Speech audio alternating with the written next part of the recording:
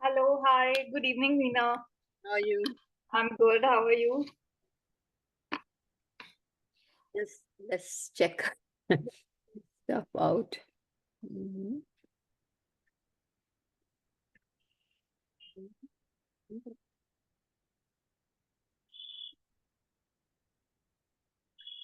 Let me just make you the co-host.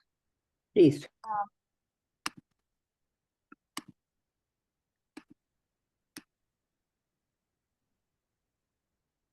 Okay, I don't have that access, I think.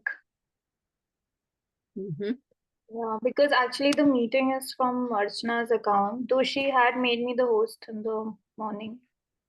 But I Mm. think if you click on share, you'll be able to share. Let's see if I can. Yeah, I think I can. Yes. So,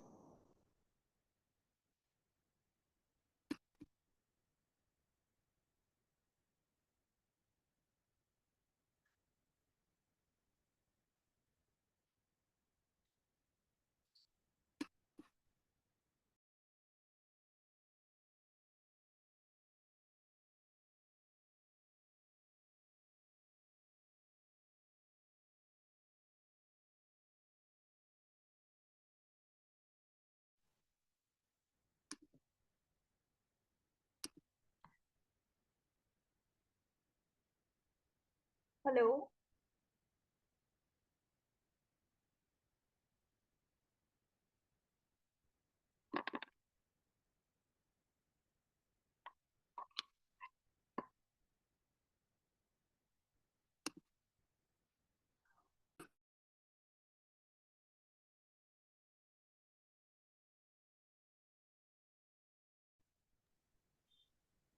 Hi again. Hi. Can you try sharing once? So I'll let you know if the audio is clear. Can you see it? Yes, yes. Okay. Let me play this. I'm not sure how to make it full screen and still be online. Is it full screen? You can see? Yes, yes, it's full screen now. Okay, let me play it. कला तो हमारी परंपरा और No, I मतलब think never is. It's good. You can hear?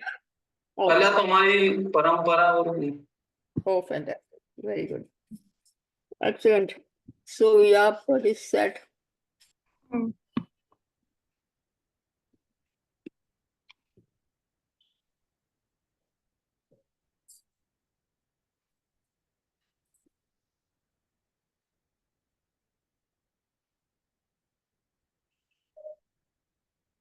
You're able to see, no?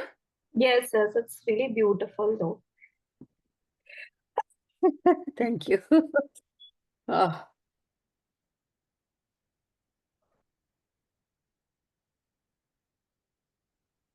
we are still ahead of time. I thought we might need more time to fix this, but that's good. Ah, Hmm. why so late? I mean, there was some reason for this. Um, Are some people joining from some other country? I'm not sure. I guess that's the reason because last time also we had workshops with Amy, so that was the reason to keep it like global. So I think that's the fixed time, 8 to 9 for all the workshops. Oh, Archana's not joining today. Yeah, I think she has a flight actually. She's flying back to US. So she just So texted. not well, she said she's taken ill. Oh, okay. Ah,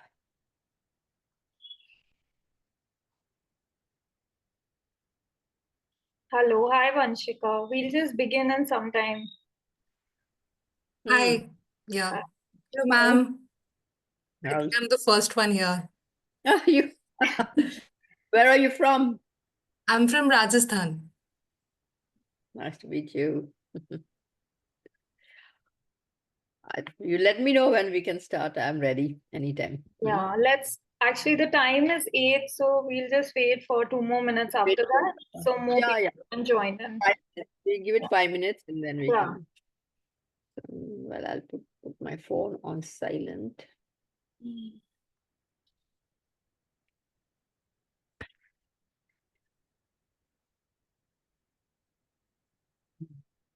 Were you able to see the films?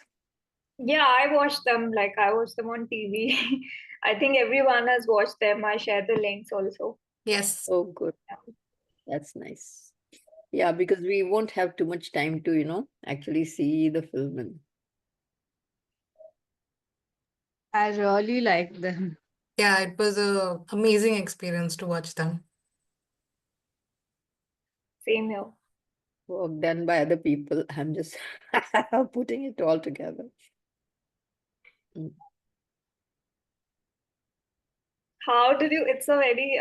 Please forgive my like lack of knowledge here. How did you make the like the that embroidered cloth? Like how did you make it move? It was amazing. Just I've never seen something like it. Yeah. Yeah, yeah. We have the now the technology, so we can do things with it. Okay. It's really like a very beautiful concept, honestly. But all the art is by the people, Mm. Actually, you'll see how we kind of took things from how we put the elements together. Mm.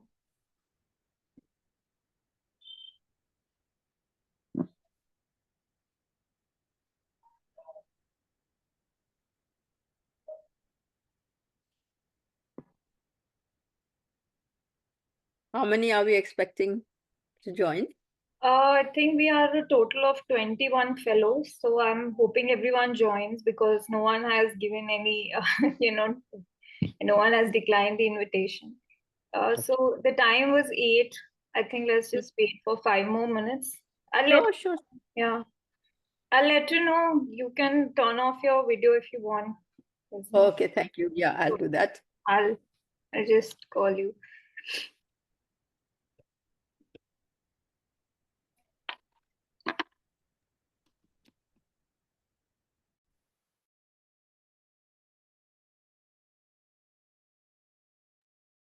Is it possible to get the recording for the previous screenwriting session, the second one? Yes, actually, it's recorded to Archana's Zoom, so I'll ask her. She hasn't had time to share it, but I'll share it with you. This one will get recorded, I think, on my Yeah. system, so I can share this. Yeah, It is still 9:30. yeah, it's still 9:30, so 1 hour of the session and half an hour for questions and answers. Isha, I have a request. Yes, This is all my work, as in it is it's a case study. I okay. I wouldn't want this to be used anywhere. Oh, okay. So that's okay. I'll not share it. Like, if you're not okay with it. Yeah, because I mean, I can suggest books and things to look at, and on storytelling, on narrative structures. I can share a lot of papers, but Mm, this I cannot really because it's copyrighted material, of and course. so it's co-owned by other organizations. So Mhm. they may not appreciate this being shared. Okay, okay. I was just talking about sharing the Zoom meeting recording, but it's okay. I'll not share it. It's completely fine. Yeah, I can definitely share the notes on storytelling, and I have many papers I can Of share. course, yes. No problem. References would be highly like beneficial for everyone. Yeah. Yeah, yeah. Okay. Let's just wait for 2, 3 more minutes because just I think everyone hasn't joined in.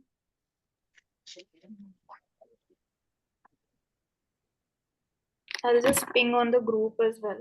Once more.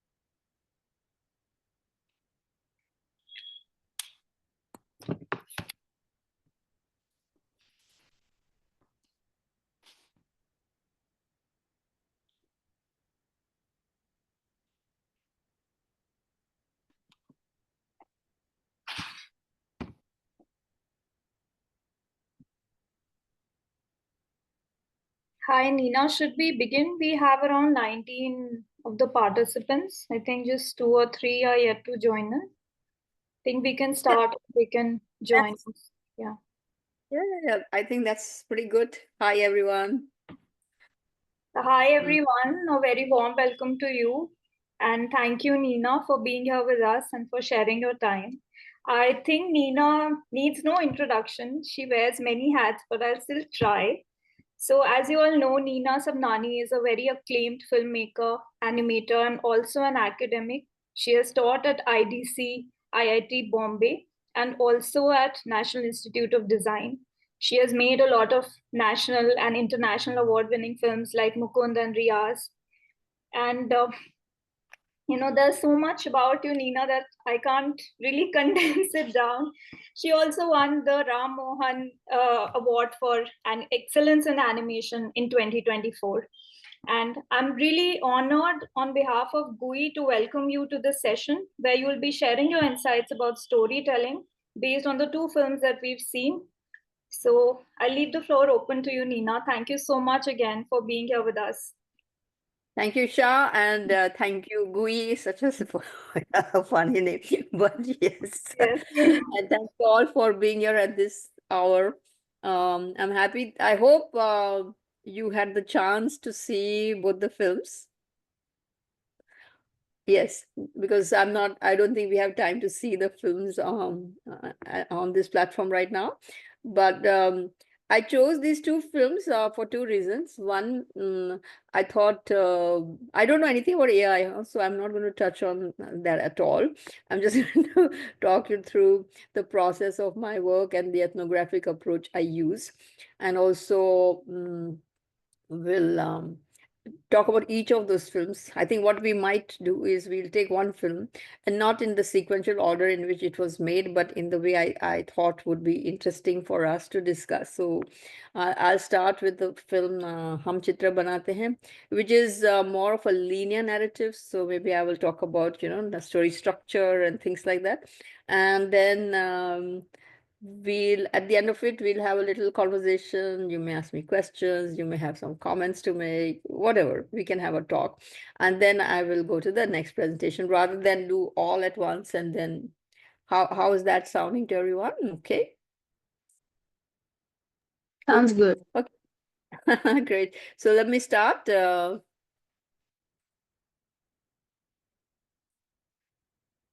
you able to see my screen? Yes. Yeah.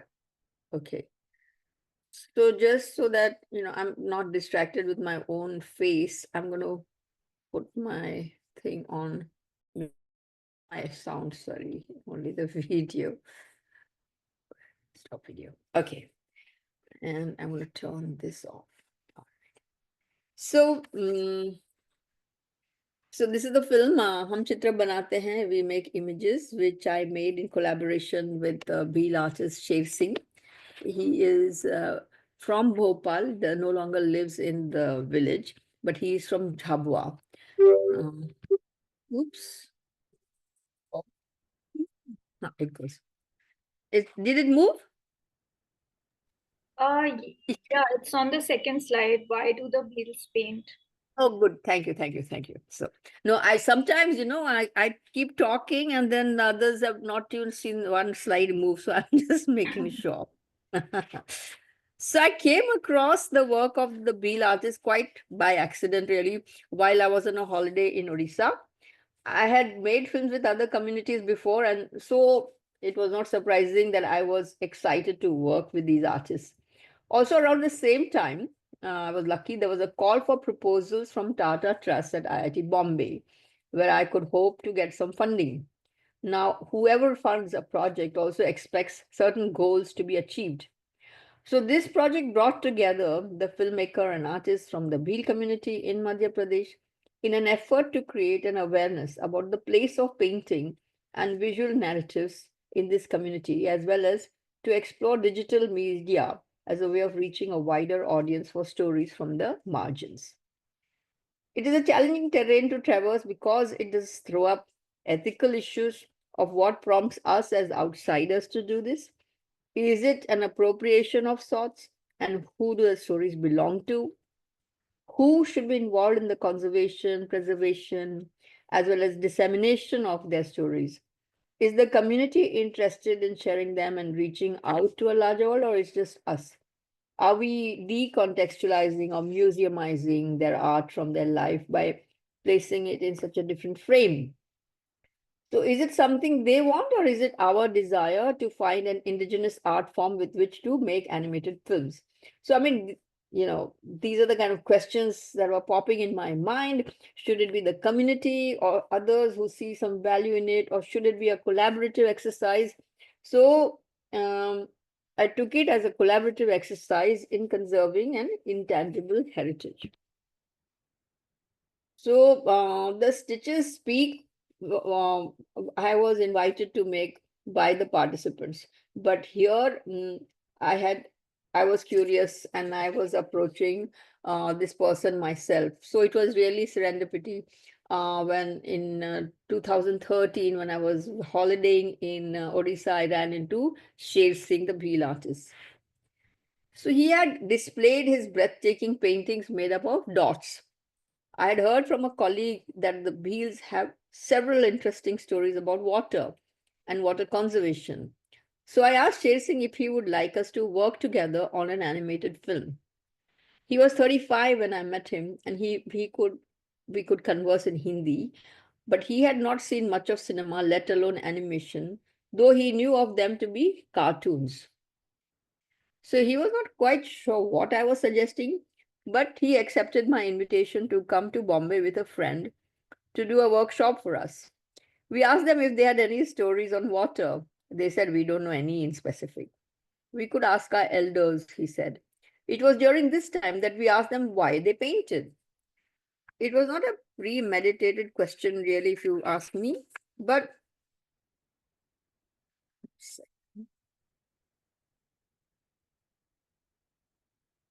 his answer made me curious. So he said, painting for us is like offering a prayer. How so? Then he told us the story. The story was really short, but then we worked on it together. I'm like, let's show you a little excerpt from there. कला तो हमारी परंपरा और मतलब कला से ही मतलब हमारा जो भी होता है तो कला से ही होता है। एक बुढ़िया थी, जंगल में जा रही थी, कंडे बिन हो रही थी, थकान हो गई थी और पानी भी नहीं गिर रहा था। अभी बरसात नहीं हो रही थी तो अभी कुछ फसल ही नहीं हो रही। एक सूखी सी धुरिया दिख रही, उसने देखा उधर तो पानी नहीं है। फिर इधर उधर देखा, कुछ पूजा पाठ कर रहे थे बड़वे, फिर उसको थोड़ा करीब गई। फिर बुढ़िया ने देखा बड़वा महसूस कर रहे बुलाने के लिए, बड़वा की शक्ति से मतलब पानी भर गया। फिर बड़वा बोला ऐसे ऐसे चित्र बनाओ, और तो फिर अपने अपने घर में सब पेंटिंग बनाने लगे। तो फिर बरसात बहुत जम से हुई। So that is the sum total of the story he told us. And then, of course, we worked together on it. We, went with him. One second, does it go forward? कला तो हमारी परंपरा। When he said that the dot in each painting represents an ancestor, I decided we would animate each dot so as to not turn the ancestors into a frozen pattern and to retain the life they had breathed into the idea. And of course, my animators were super mad at me, but then thanks to our technology and software, we could actually do it. Because, I mean, just imagine each dot is a constellation of memories. I just thought it was just fabulous. So traditionally, their art was not available commercially. It used to be painted on the walls of their homes as a ritual. It's also known as Pithora art. But before I say more about our work together, just to give you a quick introduction to the Bhil community. So where why it is important for me to have made this film. So in order to control and manage the country, the colonists classified the country's people. The Adivasi Bhils were classified as a criminal tribe, and this identity, this stigmatization has continued for some to the present day. Identities like criminal tribes, denotified tribes, and habitual offenders are imposed or thrust upon them. The Bees are the largest indigenous people in India, spread over several states, and in MP alone, their population runs into millions. There are 14 million Bees in India, and 4.6 reside in MP. They used to be great archers and hunters that lived in the thick jungles of Madhya Pradesh, which they don't have any access to any longer. So, what particularly drew us to the Bhil community and their art was their numerous stories on water, the paucity of water, its importance, and its preservation. From a nomadic community of being hunters who were pushed out of the forest, they had to turn to farming with related concerns. This concern for water turned out to be the cornerstone of their very reason to paint. The Bhil community has a rich source of oral narratives that remain untapped and unknown. So, the knowledge and wisdom stored in stories is shared orally between the members of the community. But this too is progressively getting infrequent because they get caught up making a living and have fewer opportunities of sharing and being together. Life and art are still interrelated, but it may not be long when their art too becomes a matter of ritual and their children are estranged from their own stories. One of the reasons they were happy to participate in the project was that their children would also remember the stories that they had heard from their grandmothers. Now, um,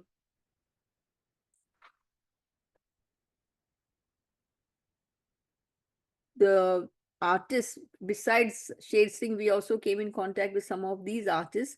And later with the others, we explored the idea of making the film. So they didn't, only Sher Singh came and stayed with us in Bombay. The rest of them, we were able to, buy their art and scan those images for the film.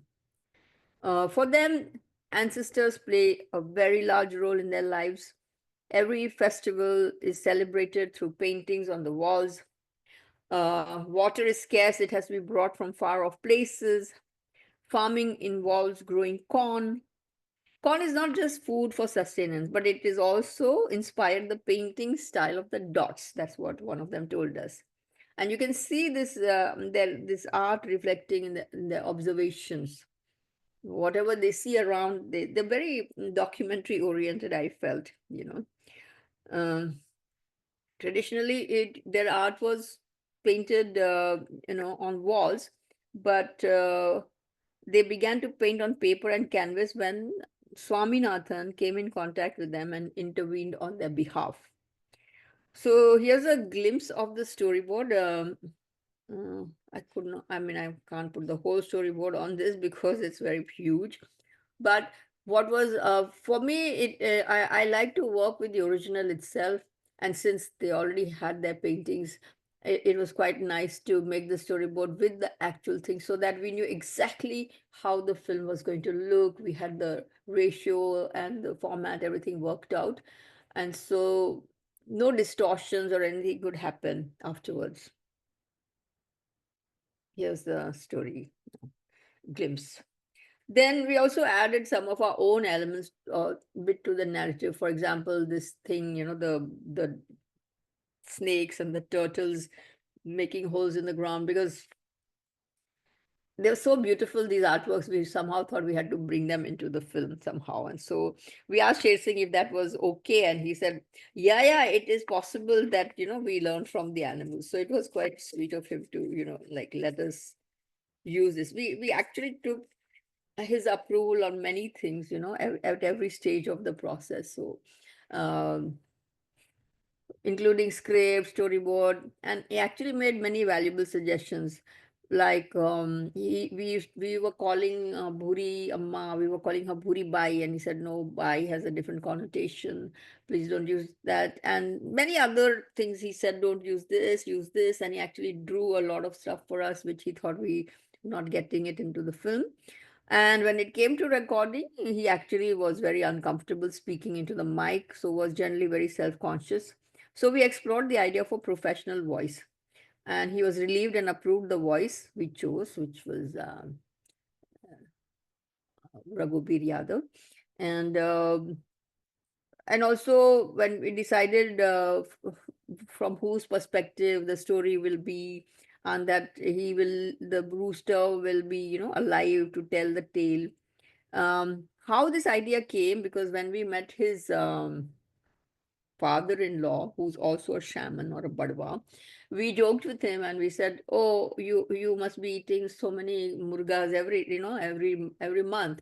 So he said, "No, no, I'm a vegetarian."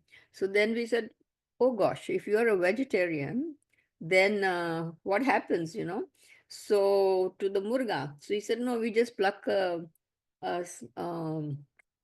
feather from his body, and then nobody can ever touch the murga." So that became a part of our narrative. We added that idea, and how therefore the rooster uh, stays alive to tell the tale, the full story.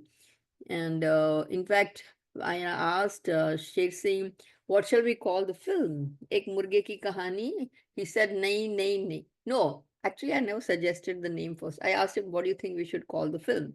He said, Ek Mor Ki Kahani. So I said, Sher Singh, usme mor to nahi hai. He said, mor nahi hai to kya hai? I will draw it and you put it inside. So then I said, but the whole story is about the rooster. He said, no, but he's a sacrificial bird, so you cannot name him. You cannot call it that. So then we decided, Hum Chitra Banate Hain, and he was very happy with that, because then it was more about them from an insider perspective rather than, from the outside. So I thought that worked out quite well. Um, so now, you may have noticed this was a clearly simple linear narrative and follows the classic narrative structure. Here is the Freytag's triangle from 1863, which is still quite valid. It follows the theatrical structure of a beginning, middle, and an end. In the beginning, we focus on the effects and less on the causes. Then, as we reach the middle, the causes become more apparent and the effects are underplayed. And as we advance further towards the resolution, uh, uh, everything is sorted and all is, good. I mean, everything goes back into its place. Now, if we apply this to Hum Chitra Banate Hain, we can begin in the beginning. The effect is that the rooster can't crow and the bees are fighting. As we go towards the middle, we see they reach a point where they almost believe a fake shaman, and the rooster nearly dies. Towards the end, the rooster survives and deciphers the meaning of the shaman's act. So the community is saved, there's water and prosperity, and the rooster goes back to crowing confidently. And the mediator in all of this is the painting, act of painting. Let's look at the hero's journey propounded by Joseph Campbell in 1949. He describes a narrative being centered around a character who he calls a hero. And this hero does not have to be just a man, but this is the hero and the journey. The whole narrative is like a journey of the hero coming to some kind of self-realization or self-actualization. So this year it can be, like Campbell describes this journey in 3 acts. The first one is a disruption or a separation. For the hero, it is a shift from the familiar to the unfamiliar, going out of the comfort zone either by choice or circumstance. The first threshold is crossed from the unknown, from the known to the unknown, and the hero enters the special world where they must face many challenges. By Act 2, the hero has hit rock bottom and must face the deepest, darkest fears. It is also called into the belly of the whale. It's a big, big uh, challenge, in the special world. Then the hero finds ways to combat the challenges either through an act of bravery or receiving a magical talisman which allows him to take on the challenges, or somebody helps him for whom he has done something good, and then returns and is transformed, as a transformed being. He returns into the ordinary world but with a greater sense of self. You try and apply this to any of the stories you know, and you'll see how well it really works. So if we again apply this to our film, our hero or heroes have to leave their familiar place to enter a space where they have to encounter a fake and a real shaman. The tests are given to the fake to determine his authenticity. However, he is a fake and their problem is still not solved. Then they find the real shaman, and the rooster almost submits himself as a sacrificial bird for the larger good of the community. I mean, he himself offers himself. And the gift of the shaman actually results in the rooster being treated as a sacred bird and his life and can live his life undisturbed. And the community has found a way to get rain and to conserve water, which answers the larger question of our film, why do the bees paint? Now, Todorow's narrative theory of equilibrium suggests that every story begins with a status quo or an equilibrium which is disrupted by an external or internal agent or circumstance, which leads to it being recognized. You know, first there is a disruption, then there's a recognition of this disruption, and then there is an attempt to resolve it, and then it ushers in a new equilibrium, which may or may not be desirable, but it is achieved at the end. There is another equilibrium. And if we apply this to our film, then what is the disruption? There is no water, and that leads to a loss of peace, and everyone is fighting. The lack is recognized by a wise old lady who suggests they find a shaman who may have answers. So they go looking for him. The attempt is made twice, once with the fake Badwa and the second with the real one authentic one, through the help of a tiny bird. The rooster nearly dies trying to help the community, but all is well as he's saved by the community and also gets to live a peaceful life, and the community gets to live a peaceful life by painting and preserving water. Obviously, the painting here is a metaphor for growing trees, but it is also a ritual amongst the bees that gives them the artist identity. So, a new equilibrium is thus established. Let's look at the three-act narrative structure that can be also applied to the film. First is establishing the situation or setup. Then comes the meat or the conflict, followed by the resolution. Now let's apply it to say what happens in this three-act structure. In the first act, ask who is my central character, what does she want? And second is what do they realize? What do they do to realize their goals, and who is stopping them? And what are the obstacles? How do they overcome them? And finally, what leads the character or characters to their goals? Do they achieve them or not? So, who is our central character here? Of course, the rooster, but he has a close accomplice, alliance with the old wise woman, Buriamma. Would you agree? What are the challenges and obstacles faced? They meet the fake Badwa, and the rooster nearly loses his life, but with Buri Amma's intervention, he survives. But they still don't have the water. Buri Amma follows a little bird to the real shaman, but he too breaks the pot, and they are confused. The rooster offers himself as a sacrifice to appease him. However, the shaman paints the broken pot, and the rooster is able to decipher the signal. He suggests everyone to paint trees, which brings about the rain. So Buryama also observes how animals dig holes to store water. They learn to make wells, and this brings prosperity and peace at the end. The goal is achieved, and the questions asked in the beginning of the film is also answered. As a linear narrative, the film delivers on all issues raised at the beginning. The rooster could not crow, but now he can. The community was desperate and fighting, but now they are at peace.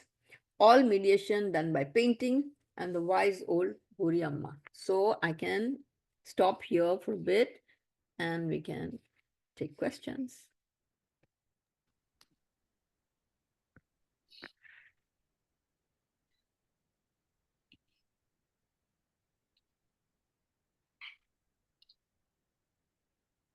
No questions. I had a question, but if you want, I can take it in the question and answer round. This is the question and I answer round because I want to do this for this film and then do that one separately. Okay, okay. I had a question. So, yes, so I mean, now that we watched the film, and you like when you try to kind of pose the structure on the film, of course, it makes sense. But could you maybe talk us through the process of how did you come up with these? Like once you knew kind of the themes that you wanted to talk about, how did you go from theme to plot? Or theme to these are like the things that are going to happen in my narrative. Like, could you So, kind of talk us through the reverse process? yeah, I mean, first we decided from whose point of view is the story going to be, you know. Mm-hmm. So we thought every time we only take humans being, human beings into consideration. What if it was the rooster? And if Mm, it is a rooster, if he's going to tell the story, he can't die in the middle, right? He has to survive. right. And then we already had this clue from Sher Singh's father-in-law that a rooster doesn't die if the shaman plucks a Mm, feather of his from his body, so that gives him the freedom to live okay. his life, and Right. he's free. Nobody can kill him, no Mm, humans. I mean, if another mm, animal, who knows, but at least no human being can touch him, right. so that was one thing. We also had this idea that they are painting to get rain, so Mm, that means there should be no rain in the beginning, and what mm, impact therefore will have on the rooster. makes sense. What does the rooster does? He crows in the morning, so he can't, you Right. know. It was a brainstorming between some of us. We sat down and we kind of um, laughed and talked about this, and somehow one rough structure came into being. And then, of course, the details were fed by all our travels and on the people we spoke to, and we had made extensive notes. Every day we made notes of what we observed. We took photographs. So because their art is so close to their actual Mm, life, it was very surprising also for us, because when you see the art you think like it's so abstract, all those dots and things like that, but actually they're observing the real world. They don't create backgrounds, you see. They don't. Everything is like a singular mm, element. There's a tree, there's a bird, there is a turtle. So we kind of, because we are so trained to have background, foreground, middle ground, all that, that we created those, we created the imagery in that way. uh, makes sense. But yeah, I think some things are suggested by the images, some things are suggested by us traveling there. Mm, right. I have one more question, if that's okay. Sure, go Um, ahead. I wanted to understand kind of the relation between the different colors used and if those colors have any symbolic meaning or more than aesthetic, like beyond the aesthetic, in the sense that whether in terms of their own painting or also in terms of your choice of patterns. So they did tell us that they can recognize the work of another artist by looking at the patterns of the dots. Uh, quite honestly, I couldn't see. I mean, for me, it all looked like, I couldn't say, oh, this is so and so's work. Mm, Maybe if I spent more time, I would have also been able to observe like them. But we didn't pay that much attention, quite honestly, about, they don't use the color like say the coward artists sometimes use, like green will be for some evil person, and mm, blue for all the gods. They don't have that sort of thing. This is a very yeah. animistic society, so they are not ruled that way. They're pretty free. But yeah, I mean, they actually try to make him like, if you see the mawaka tree, the flowers are actually yellow, the leaves are Mm, all like that, but very, you know graphic, but it's like observation based. got it. Uh, Thanks. Hi, I had a question about the use of water. Mhm. Is that sorry, I'm not able to turn on my camera, but I'm so asking. Um, so I just want to understand because it's about water conservation, and there's one point when the pot breaks and there's flowing water and things like that. So is that also from the original story, or was that created afterwards? And how else do they depict water in their original work? Oh, there are many ways. I mean, this was also created by Sher Singh only. I didn't create it. But we told him that we want to, since, they said that, oh, when the actual shaman, the original shaman will stand on the pot, the water will start flowing from the pot. So we asked him to just paint that. So that is the way he painted it. We didn't, I didn't create it. I mean, we just followed what he had made, but we put it together as in to make the river that they don't always make it so realistic also. Yeah, that was my, that's what I wonder. Like, is there more abstract ways that they represent water as well? Yeah, they do. There are many ways in which they do represent it, and whatever we could relate to, we used it. Thank you. Hi, Nina. Hi, once again. Yeah, I Uh, I wanted to ask you, what was the time frame? How much time did it take from conception to the final film for this particular one? 1 year. 1 year. Okay. Mm. Because we also had to travel. So I would say divide into 6 and 6 months, like 6 months of pre-production, which involved research and getting the funding. And oh my God, that funding was even a little earlier. But once we had the funds, then we would travel and do all our research and Okay. then making storyboard. Uh, it took us 6 months, and then 6 months of actual animation, editing, fine tuning, because we had to figure out a way to animate the dots, and it is quite. I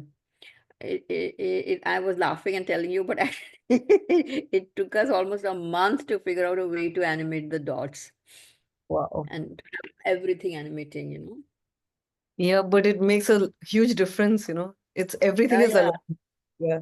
Everything is buzzing and breathing, Yes. because it's a liminal space that they are in where animals and birds and humans all nicely communicate with each other. So that kind of space requires that kind of dreaminess. Hmm. So those dots moving gives it that feeling of not of this world, that kind of feeling. Yeah. Between this world and the other, kind of traversing both. Yeah. Hello, ma'am. Hello? So I wanted to ask you about the dots, and especially because that was like while watching the film, it was not really like I noticed it, the dots were moving and they were also animated, but I did not think of it that it also had a thought of every dot is representing the ancestor. So I wanted to know that the how what was the process of animating it? Like, So we made a library of movement inside the dot. So for example, how many movements can you do with a dot? The dot itself is one, one the sign of existence. So, but we had like a dot coming into existence, disappearing into disappearing. Then the light traveling from the left to the right, from top to the bottom, from diagonally, in every which possible way where you could see the movement of the dot. And then we wrote a algorithm by which we could put these dots in a pattern, and then they would breathe like that. Plus they had to breathe very, very slowly, because the action was also that there were people were moving. So if they were also animating too much and the people were moving, it would be very, very distracting. In fact, some of my friends found this also very distracting. They said, oh my God, there's too much movement. But mhm. Yeah, we tried to subdue that too much movement, but I did want the whole thing to breathe and not be a static cutout like, animation. Yeah, because like I wanted to particularly ask you that because even like I worked on a similar like inspired by your work only. So Delvin, Professor Delvin like told us to work with Chereal paintings in the same Ah, motion graphics animation. And at mm, that time while I was animating, I was basically animating the characters, and it was so mm. difficult to cut the parts of the paintings and then move them. So that's why I also wanted to ask in that way that the dots might have created some sort of a, breakdowning and all of that. So, was it done like while you're doing the animation, or was it something like added on after the characters were animated? No, no. First we had the whole body of movement of the dots sorted.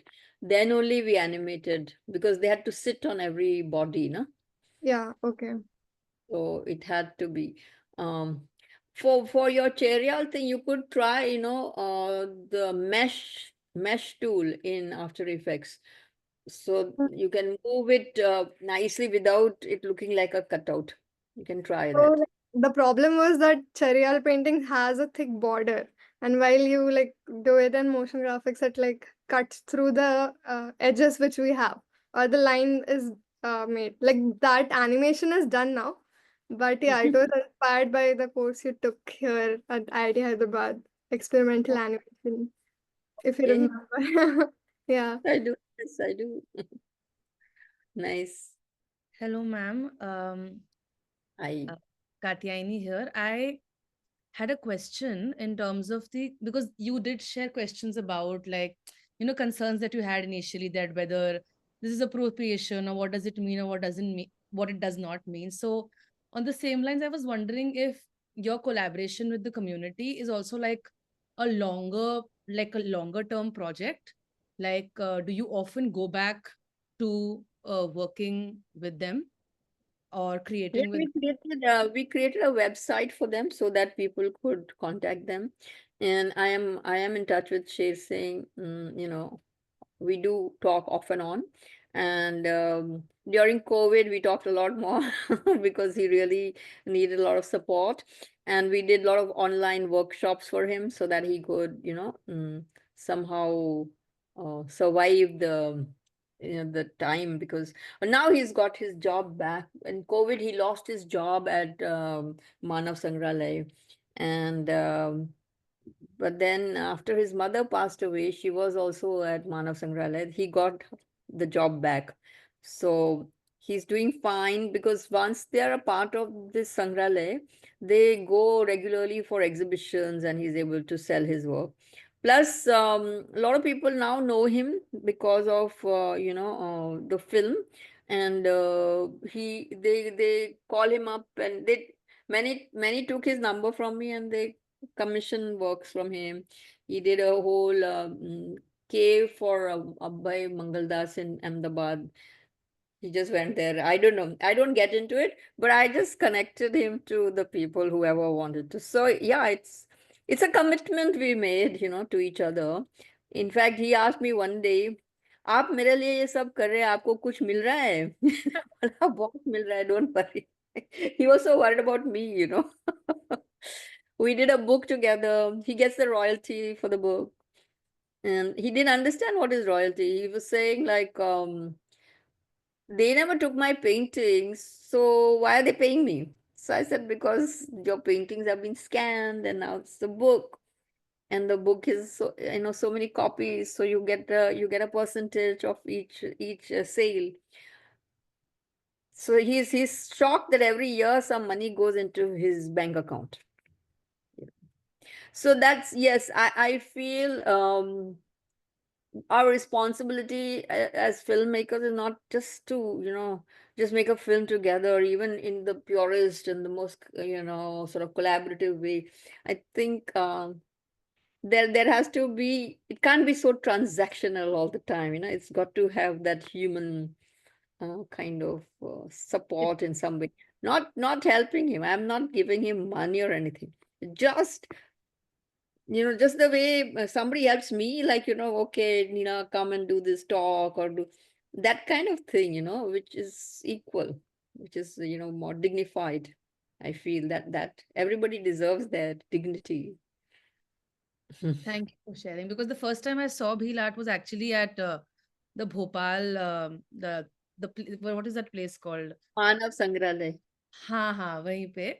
And then Hmm. somebody actually told me, a sculptor there, that this is really not, they have really commercialized it here, and they've really the ethics of it are really skewed. And if you want to see actual, and then in the film I see that it moving, so that I could relate to what I saw at Bhopal, and kind of, and with your sharing, it becomes all the more like clearer, and I feel very reassured basically. Good. Thank you. Okay, I think we'll move to the next session. I mean, next part of, then we can, if you think of more questions, you can ask me even afterwards. Shall I do that, Isha? Yes, yes, of course. Okay.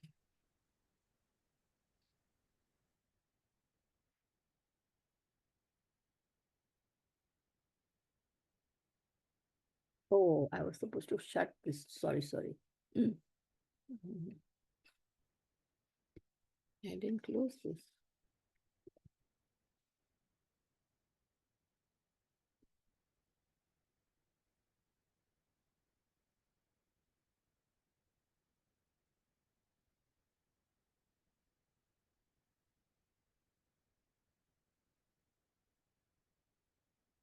Are you able to see this?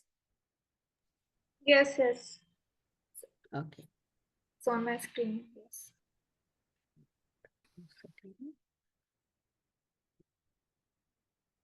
And now also? Hello?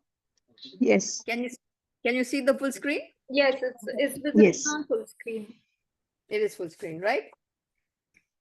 So, one second. Oh, oh.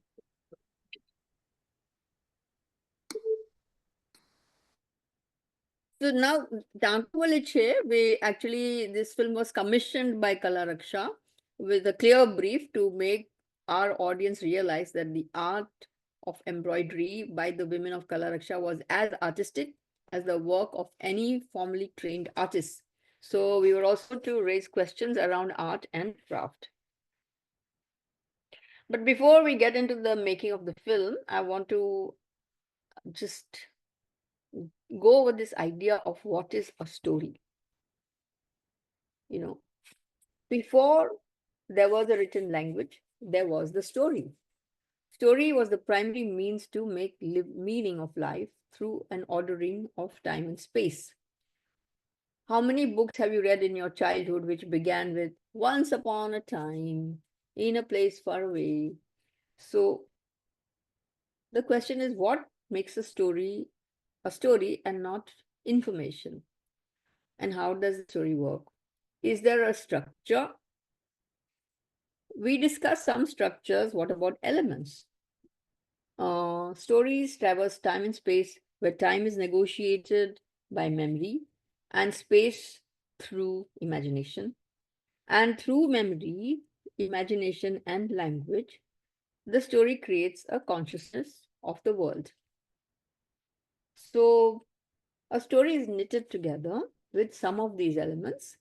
Most stories are bound to have these.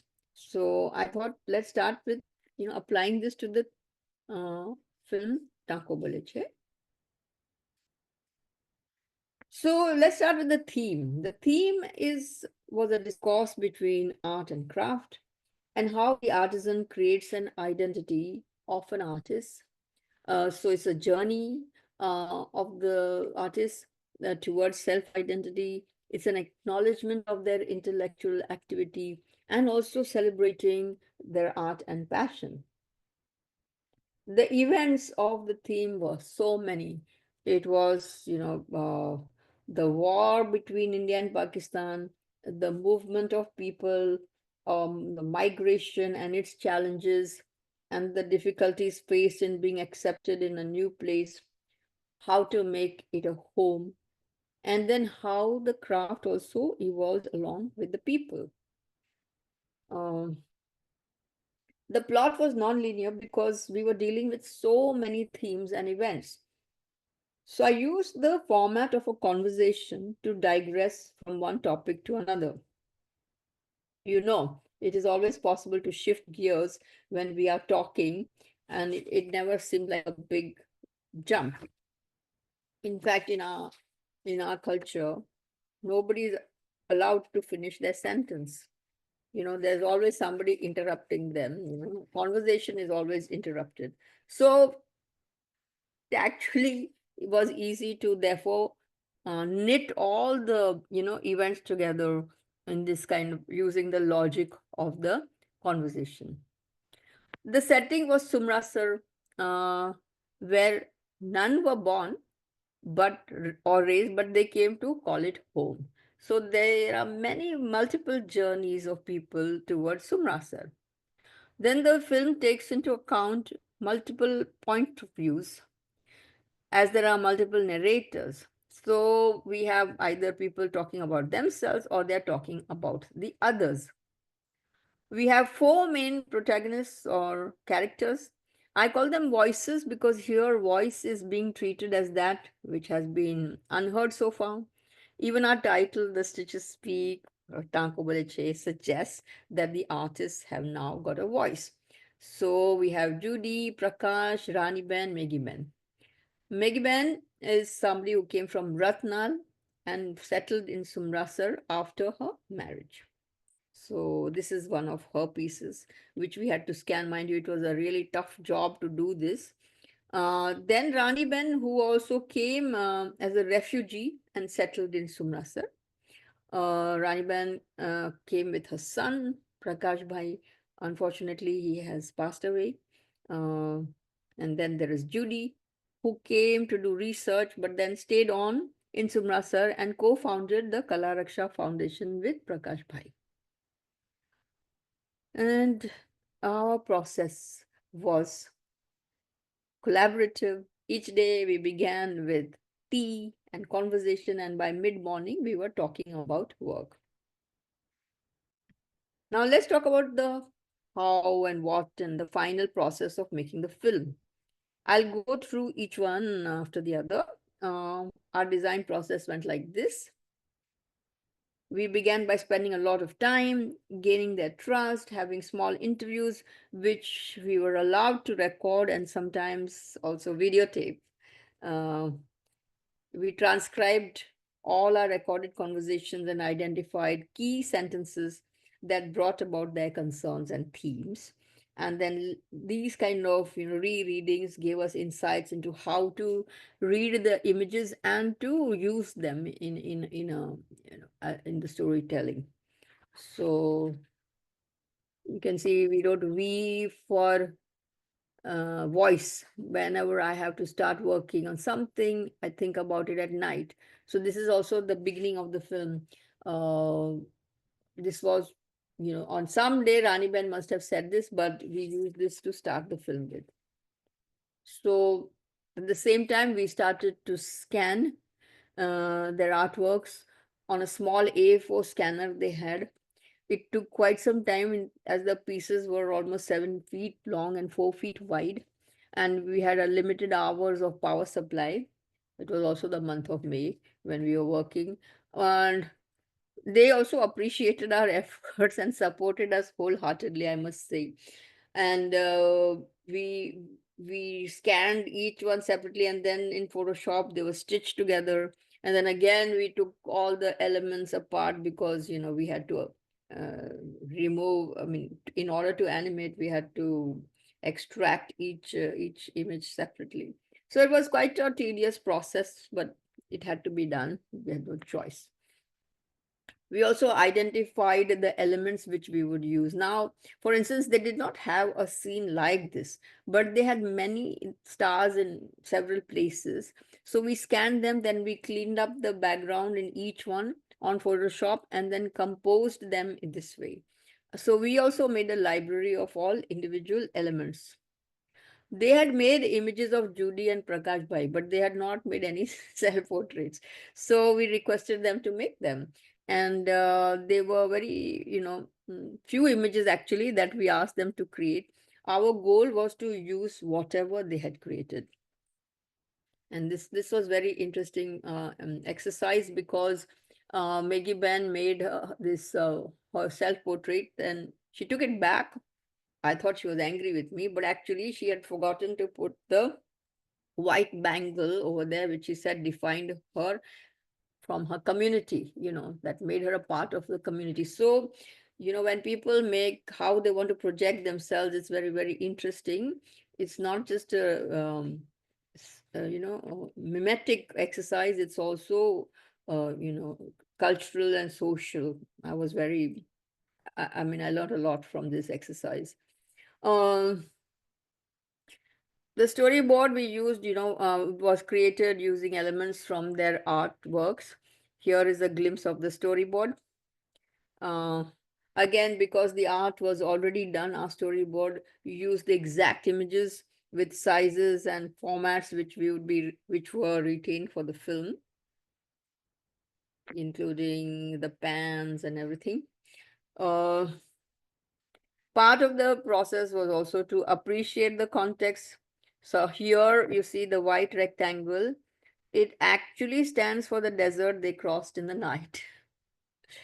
This made us realize that even if we can see, it does not mean we understand. Communication is important as our conversations. And our ethnographic approach actually helped us understand how they visualize their worlds. Other thing, I don't know if you can notice on this, is the little triangles on both sides. They're supposed to be the milestones, one representing India, the other representing Pakistan. So when I asked a lady, how do you know, because so many of you make these images of the partition, how do you know which is a good one? So she said, quality is one thing we take for granted, but elements are important. So this thing that you see, this small one blue triangle, one orange whitish triangle on both sides of this white rectangle is actually telling you that side is Pakistan, this side is India, there are planes flying and there's war happening. And they never do this overlapping, but here they have done some overlapping of the people crossing the desert. That I found very, very fascinating. Then we spoke to these four people, but there were others also who spoke to us, but not so much in depth as these four voices with whom we spent a considerable amount of time. So that's why the film is a conversation between these four people. Now, everything they said, which we had recorded, we didn't re-record anything. But they didn't really have the conversation that you hear in the film. It's constructed. It's a structured narrative, as a structured conversation. But they actually said all those things, so that we stayed true to that. We did not make them say things we wanted to hear them say. And the art they had created represented memories as well as their observations and reflections about their surroundings. The one on the left, the red one you see, is actually the representation of the earthquake by one of the ladies, which was so abstract. I mean, I loved it, but we had no idea how to even use it in the film. So we used something else. This is the power plant that has started, surrounding the school. So it's like a protest against that. And then, of course, on the right hand side is the migration panel. That has become very popular, and they get many orders to do this migration picture. This is our version of their art, I mean, as in composition wise. This is not made by them, but I've taken all the elements from there and put it here because we have to plan the movement in such a way that there isn't an empty spot ever. So when one character is moving, then somebody else walks into that space and somebody else walks into that person's space. So there is that the spatial tension is retained. That was very important for us, that the spatial tension is not reduced. There is a very strong negative positive thing in their art, which we wanted to retain through this. This is our work. And even the animation, we were influenced by, you can see, just share with you. आप से पकड़ो से डूंगर डूंगर से आप से नीला नीला झाड़ खाप जाए मोय झाड़ खासे आप से पक्षी से आते से आप सात बजे से ये झाड़ से देखो ये झाड़ से सेम से मछली वगाड़ से गायों भी से So in the film, we kind of mimicked this gesture by turning the frame around, and with this, the movement of the path of the narrative. So we kind of tried to follow the animation. We kept it very simple and not very realistic because none of their imagery was that realistic. And then for the sound, we actually visited the place where they had first landed as refugees. We recorded the sound of the wind and the environment.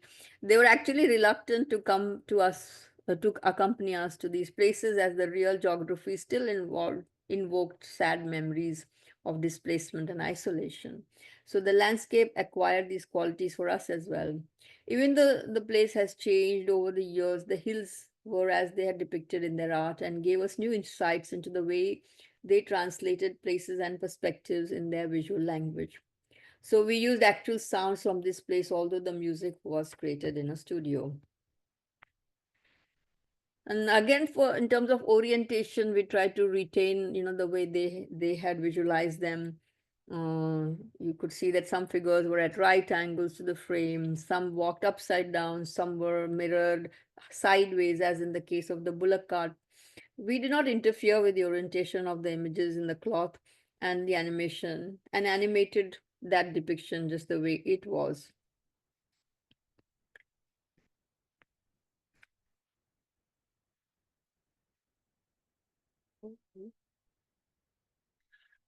So this adherence to the orientation and depiction of the narrative was actually appreciated by the participants, who also made suggestions about which elements to choose and which to leave out. Their acceptance for us was the most crucial. I mean, when I showed this bullock cart, animated bullock cart, to one of my colleagues in Bombay, they said, "Oh, what is this, a butterfly?" And when we showed it to the people in Kutch, they said, "Barobar." They were very happy. Yes, this is how it should be.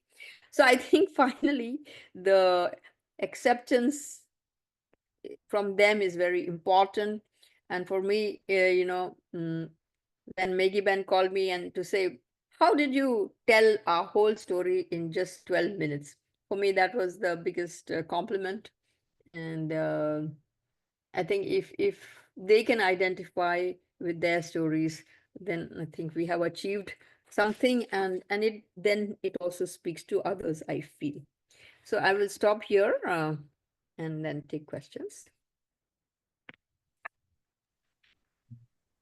Hi, ma'am. Anshika here.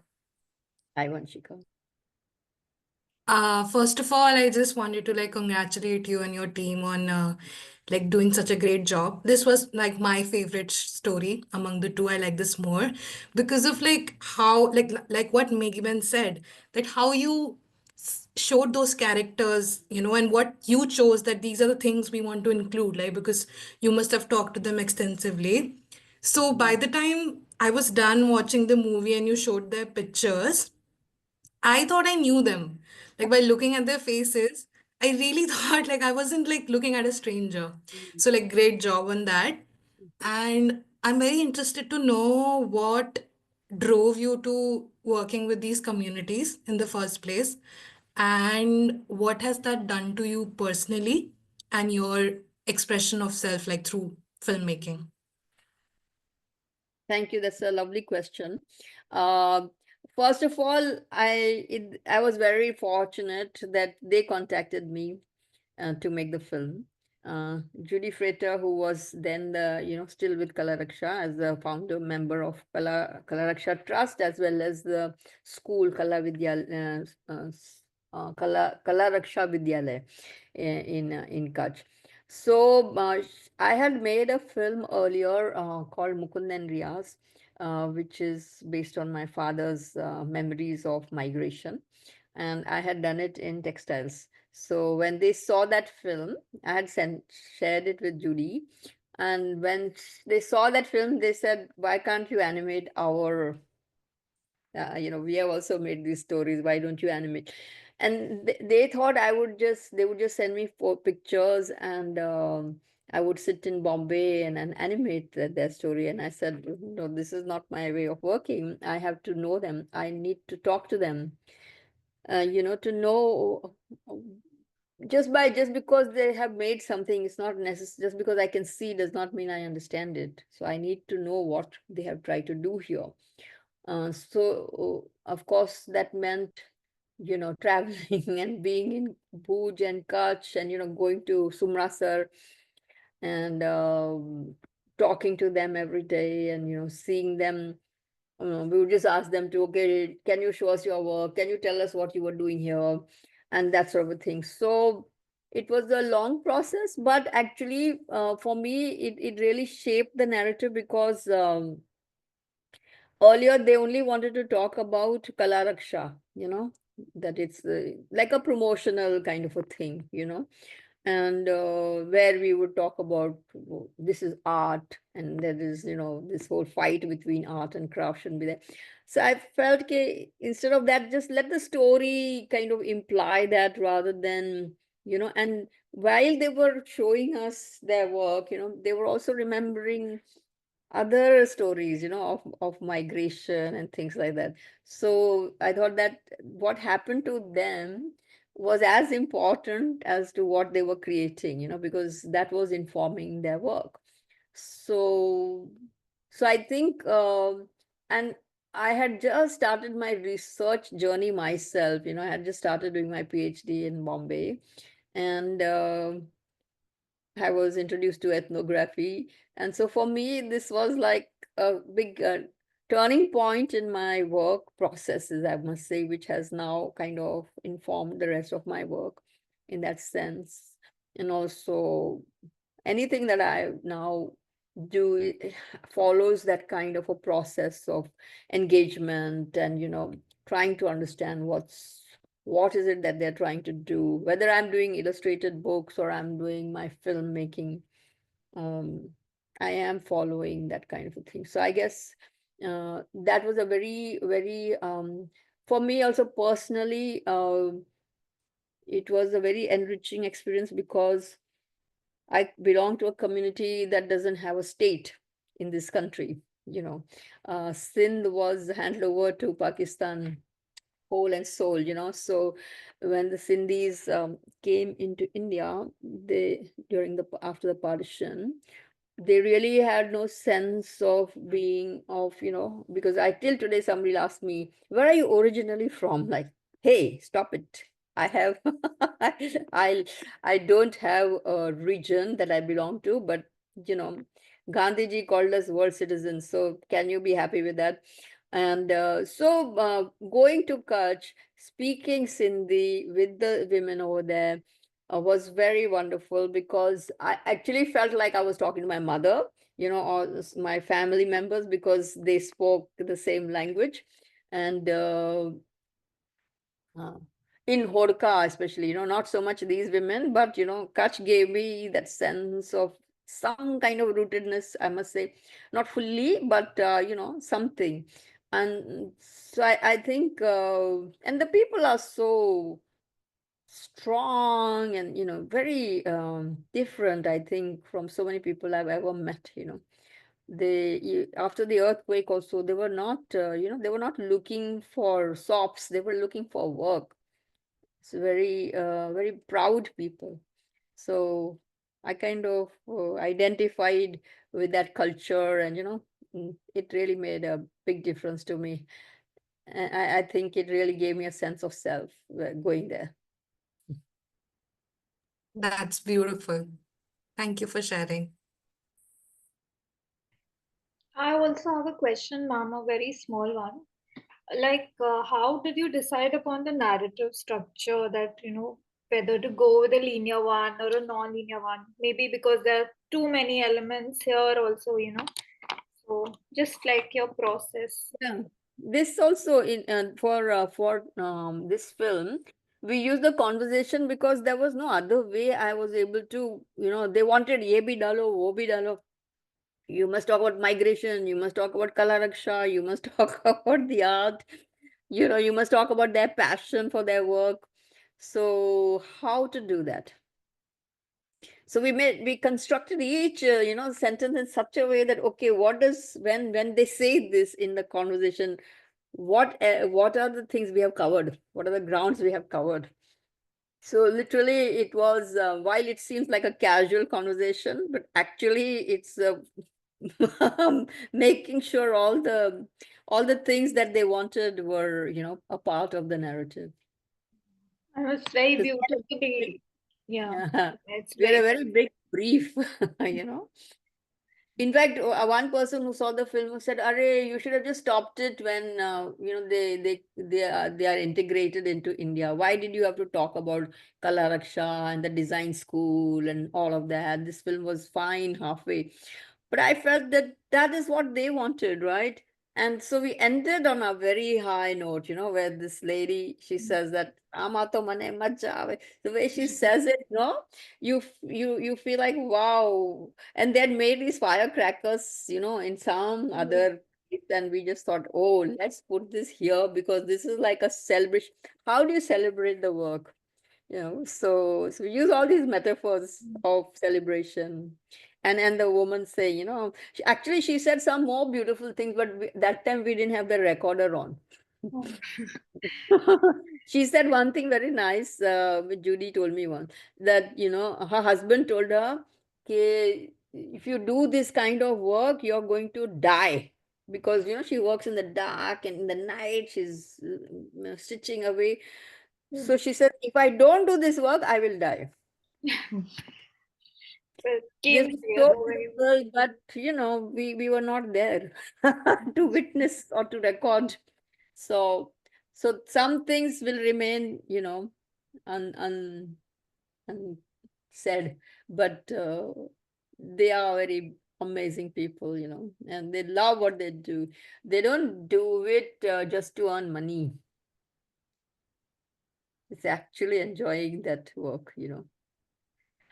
I Ma'am, find yeah. embroidery, embroidery and cloth also. Like I have a very strong thing with cloth. I feel cloth and memory speak to each other so well because, like memory, the cloth also fades and fragments and but also persists because some memories don't leave you, like till the very end of your life you can't forget them.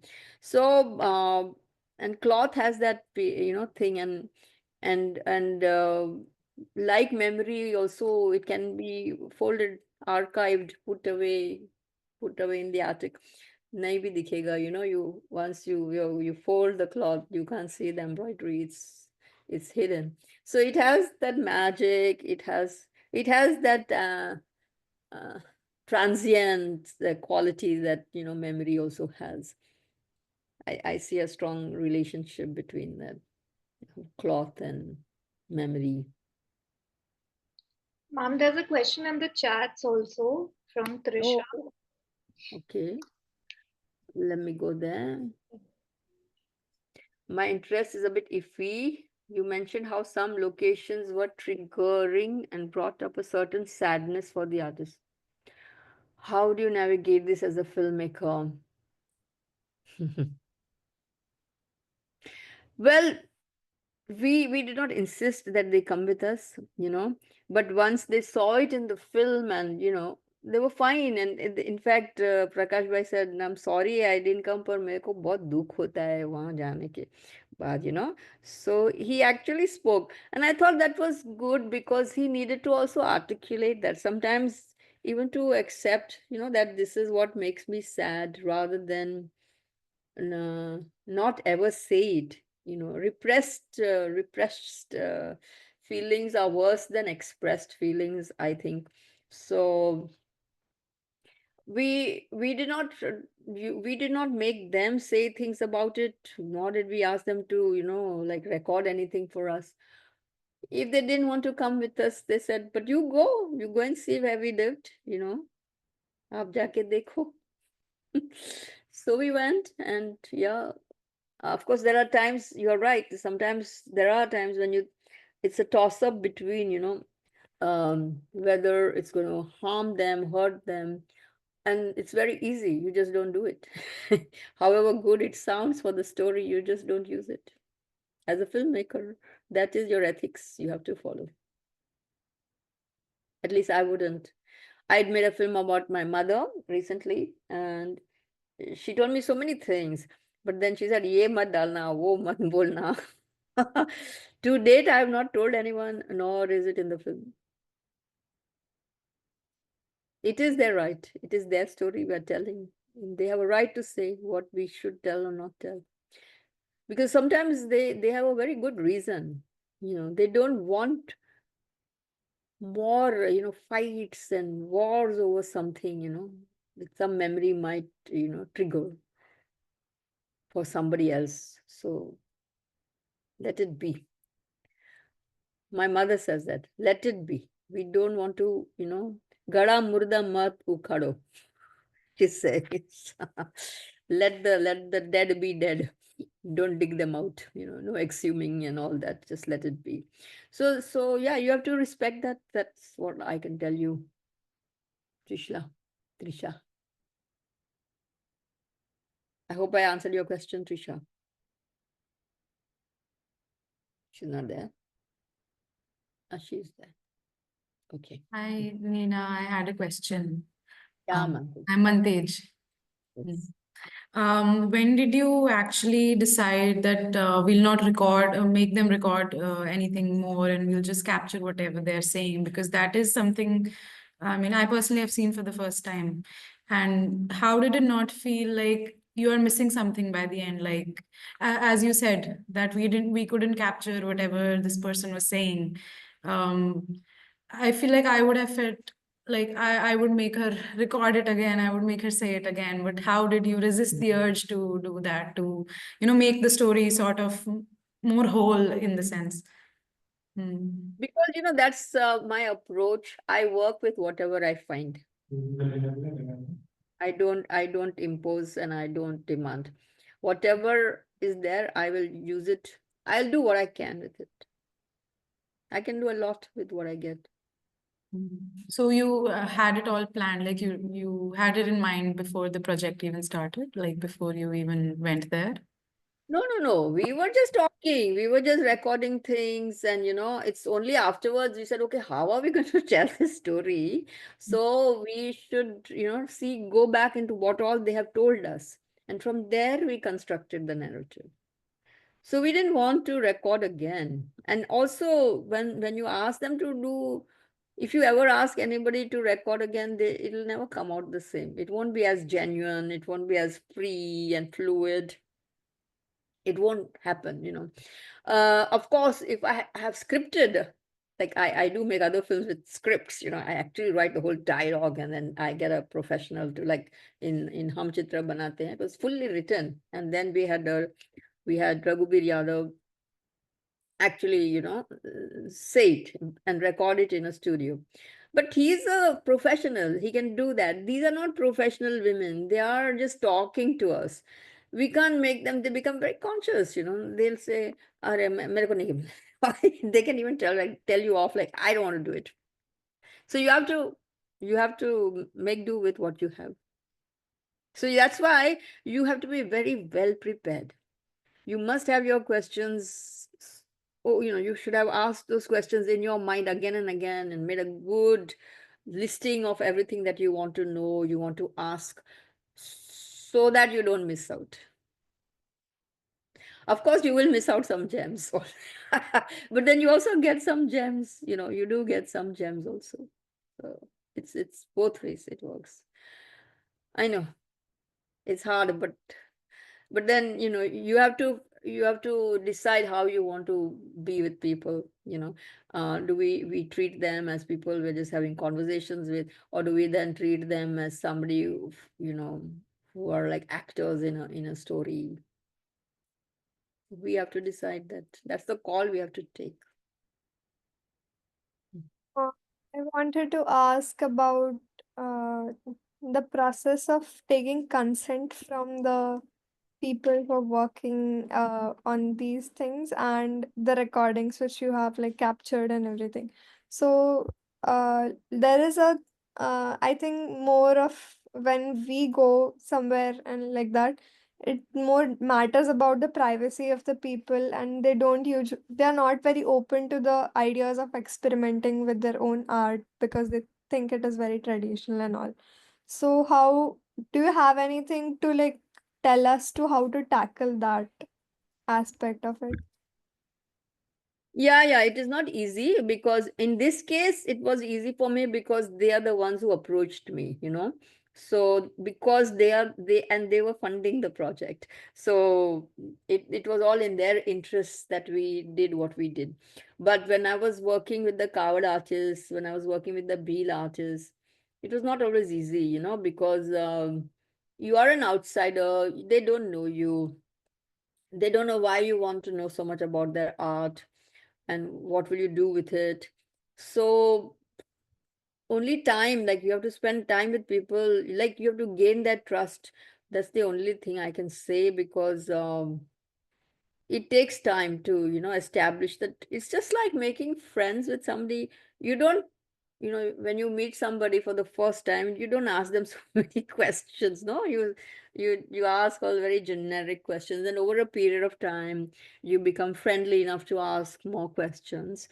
So with that, the same approach with the people with whom you want to work, uh, you have to start slowly, gradually, maybe ask more generic questions about their work, what are they trying to do, and you know, and actually if people feel you're genuinely and, you know, interested in them and you respect them, then they open up to you.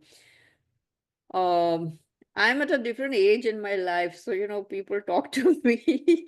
But young, yeah, I can imagine sometimes it must be tough. But you know, at my age also, I had other challenges.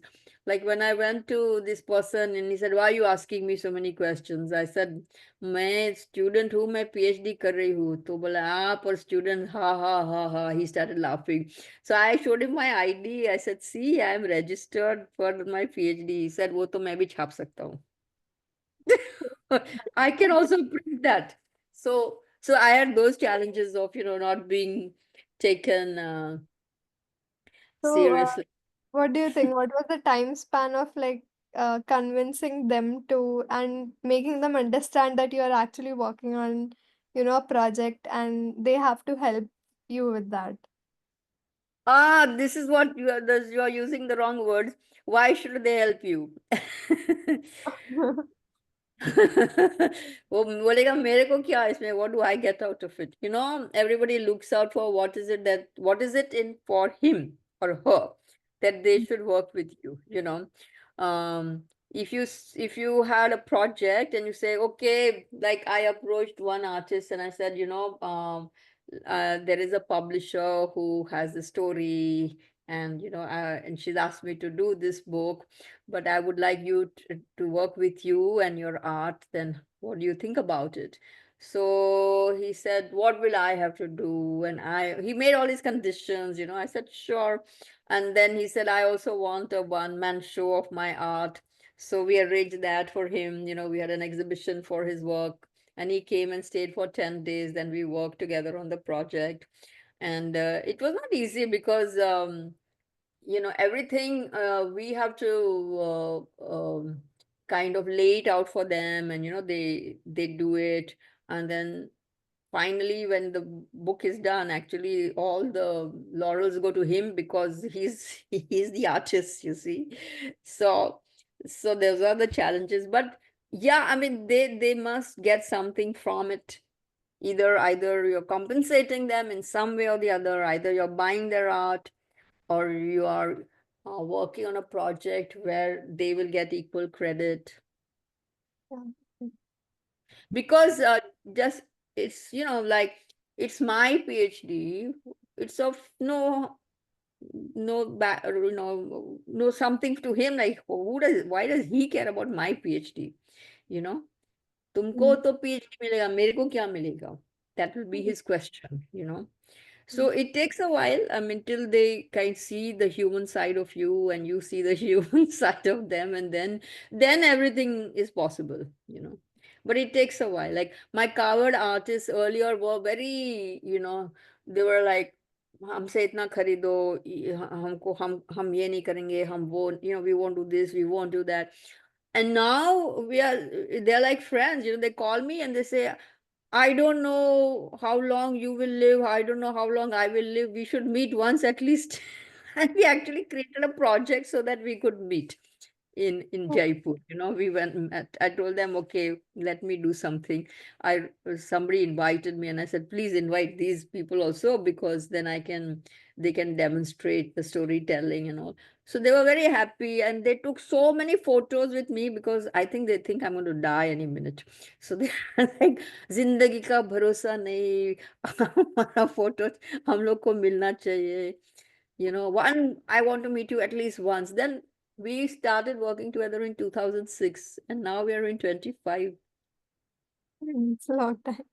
It's a long time, yes. These are like, you really get adopted by all these people. It's very enriching, because where in your life were you ever going to come into Yeah. contact with such people, to hear such stories? No.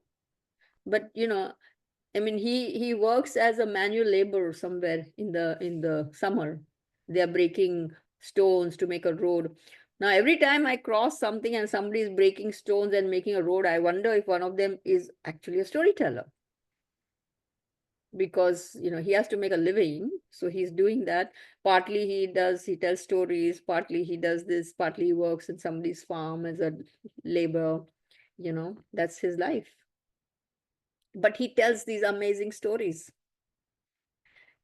It's not like he's cribbing about his life and oh God, I have to do this. It's all part of everything. I mean, you learn so much just by interacting with such people. I feel really blessed, that I had this opportunity to interact with some of these amazing storytellers who are so hidden. I mean, nobody knows them. We made a book together. They're very happy, but it's in English. I can't translate it into his language and things, it's a bulk of my PhD work. But he's very proud. He has the copy, shows it to whoever comes, to his village or asks him to perform somewhere. So Nina, speaking of yeah. language, have you Yeah. worked with any artist or communities whose language you don't speak, and how did you sort of overcome that challenge? Have I done that? I don't think so. I mean, I worked with the Kavadiyas. They speak Marwari but they also do speak a smattering of Hindi, and so no, I like to be comfortable with the language, because many nuances are lost. Um, if I had to do in a language that I didn't know, like a singer sometimes has to sing a song, which is not their language. I don't know. I haven't been in a situation yet of that kind. Um, I have been in a situation where I didn't know anything about that culture. It was a book I made for a lady. Again, she was very excited after seeing Tanko Boleche. So she asked me, "Can you?" She's from Goa, and she said, "My grandmother also made these godris. Will you tell a story? With that?" So I said, but do you have, I mean, do they make something? She brought this godri, which was just triangles and squares. I'm like, you don't expect me to, I can't do anything with this, right? So, and I don't know anything about Goa. So she said, then we will introduce you to Goa. They actually took me to Goa. I stayed with the whole family. I met everybody, even the place where the grandmother had lived, all the old photographs, and all the things that they ever made. I don't know, it was a combination of so many things. And then finally, we made that book based on all those observations and conversations. But it was a challenging thing because I didn't know the history of Goa the way, and it is a different history to the rest of the country, because they were liberated in 61 or 62, I think. And they were under the Portuguese rule, not under the uh, British. So their histories are very different, and their whole mindset and everything is very different. And they're very well traveled, very not the way people look at Goa as place to just unwind and sit on the beach. But actually the real Goa is so rich and so different. And that's I learned by doing that book with them. But it was like being at in a very different spectrum. Like, I didn't know it at all. So it took me quite some time, and it was just one book. 12, 15 took me a year to make because I had to learn so much. Yeah.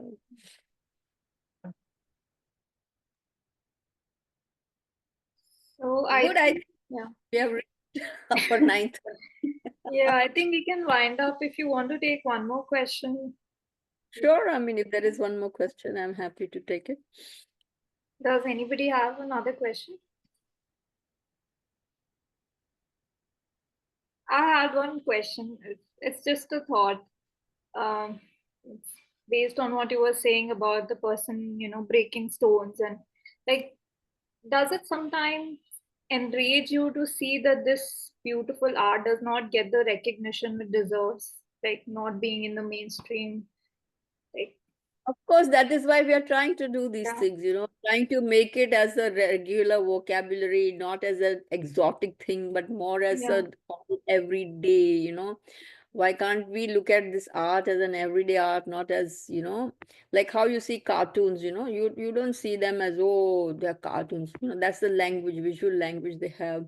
And we have such rich traditions, visual traditions, and through our work we are trying to do that. And I think I find a lot of young people now are aware of this and are working at it. So there is hope. I have a question for all of you. What is this AI thing you're going to do? What are you going to do with them?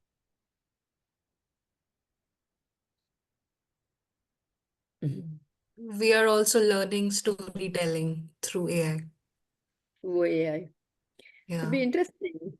Are you making personas, or are you like using it to create imagery, or what? How are you using it? So we have different challenges every week, and it begins with like we're imagining a world. So there's world building involved, and then now we're introducing characters into that world slowly, slowly. Okay. And these characters are also you're creating, or only the AI is creating? We are creating the backstory of them, and then you sort of give prompts to that AI, which is GUI dot in, and then it creates, using the information you've given, it creates an image, a character. I'm very excited. I also want to do this sometime. yeah. There's a prototype tool actually that Archana has developed along with the How? team. So, like, there was a presentation. So, if you have like a series of, say, Mughal miniature paintings, and those are there in the tool, and then you give it a prompt, like, say, I want to see two lions sipping tea in the style of a Mughal miniature. So, it will generate that for you. So, maybe she could share that tool with you in case you're interested. Yeah, I would like to see with one this Bheel art, what can we do?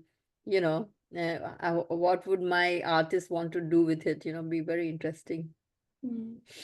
Anyway, I'm sure some nice, exciting stuff is going to come out from your workshops. Thank you so much for Okay, this thank you. opportunity. Take care. Bye bye. Thank you so much, you. Nina. Thank you Thank Thank you, you, Nina. Nina. and Bye-bye. for all Thank your you, inputs. Nina. Yes. Thank you, everyone. Thank you for joining in. Thanks. Thanks once again, Nina. Bye. Bye-bye. Thanks. Hi, thank you. Okay, bye everyone. Just a quick announcement. There's a small assignment after the end of the session, which I'll share on the group, which is from Nina. There are 5 prompts, and you have to create a narrative using those 5 prompts. Those are pictures. Anyway, I'll just post it on the group. So, okay, bye bye. Thank you. Bye. Bye.